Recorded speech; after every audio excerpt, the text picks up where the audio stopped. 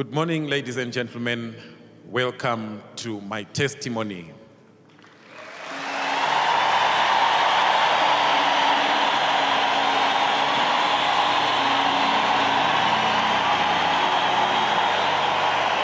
Thank you so much. Thank you so much. You may be seated. Now, this is a program where we take time to have an insight into some of the many miracles that the man of God is doing in our midst. Today, we have a powerful, powerful, powerful testimony. Something awesome happened to one of us. Help me, ladies and gentlemen, to welcome our guest on the program this morning, Miss Tinashe Sibanda.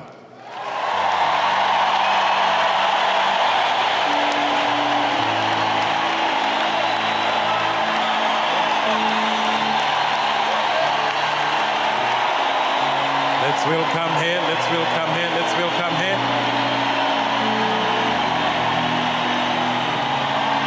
Thank you so much, thank you so much. You may be seated.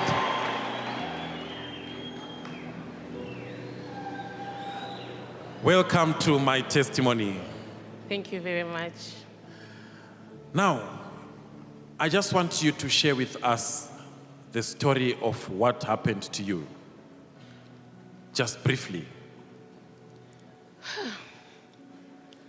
It's not something that's so easy for me, but I have asked God to actually help me.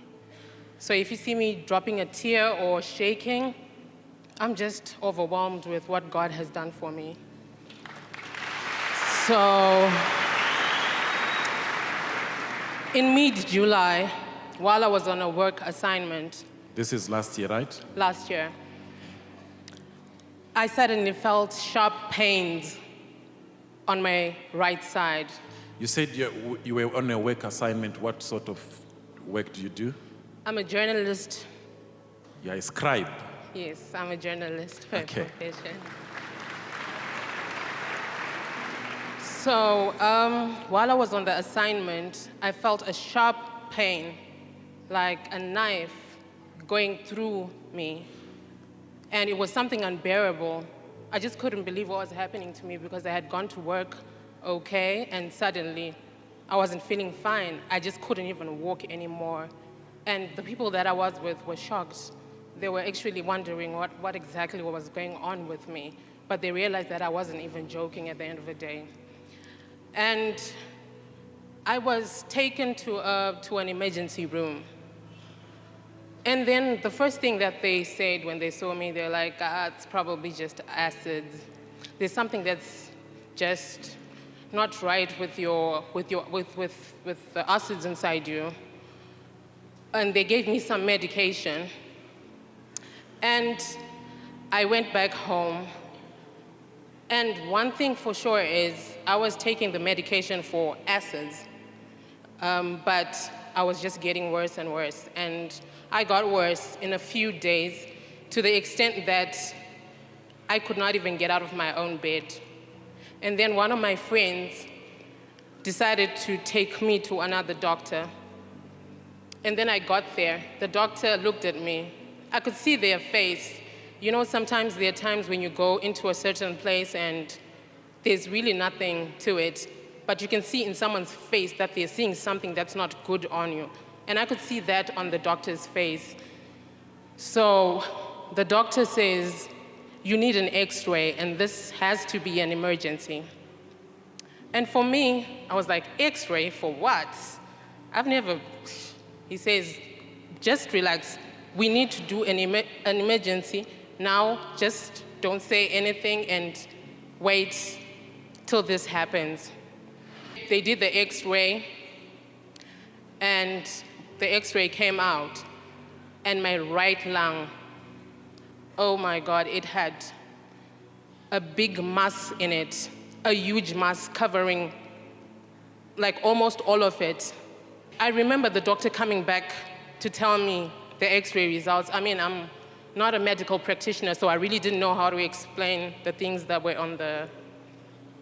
So he says, you don't look really good. And I said, what? How how do I not look good? He says, yes, because your right lung is damaged. There's a mass that's there, and we're really not sure what that mass is. Were you sick all along? Were you feeling any pain all along? I said, no, it just happened. It just happened like a few days ago, and I just got worse in less than a week. A week is a bit too much. And he says, this is bad, to the extent that there is no way you cannot have either pneumonia or TB or some form of cancer, because it's just covering like everything in the lung. And for me, it was how, I just couldn't understand. I felt crushed because I had so many questions to God. I was asking God, like, God, how do you do that? How do you let that happen to me? Whilst you're still there, I understand by then you were attending services irregularly. You'd come and then spend 3 months, and then you'd come back. Were you not yet born again, or you were not yet a believer then?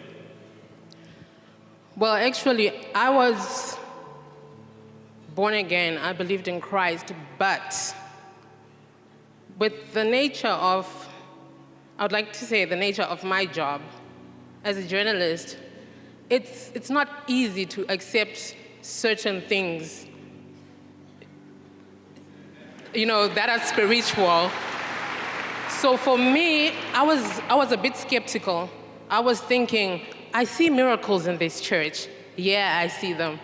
But how come it never happens to me? And how come the prophet doesn't come to me and say a word to me and tell me something that I know, then I can confirm it's true? So I was really skeptical. I was so skeptical. Okay, so you were one of those that believe that this whole thing is a setup, they plant people here and there, and... I was like, there's a possibility that, people can be asked to say certain things like this. I mean, anyone can see it. Who can't see it? He's never said anything to me, so really. And at times, I would actually do certain things that were not right. And I would expect him maybe to come and tell me that, hey, you need to live your life correct. But nothing like that would happen. So, for me, it was, yes, God is there, but all this, I'm not sure about it. I really wasn't sure it really existed. Okay, so there you were. You'd just been told by the doctor it's either pneumonia or TB or cancer, and your spirit is crushed. We'll find out what happened when we come back for the next segment. We'll take a short break.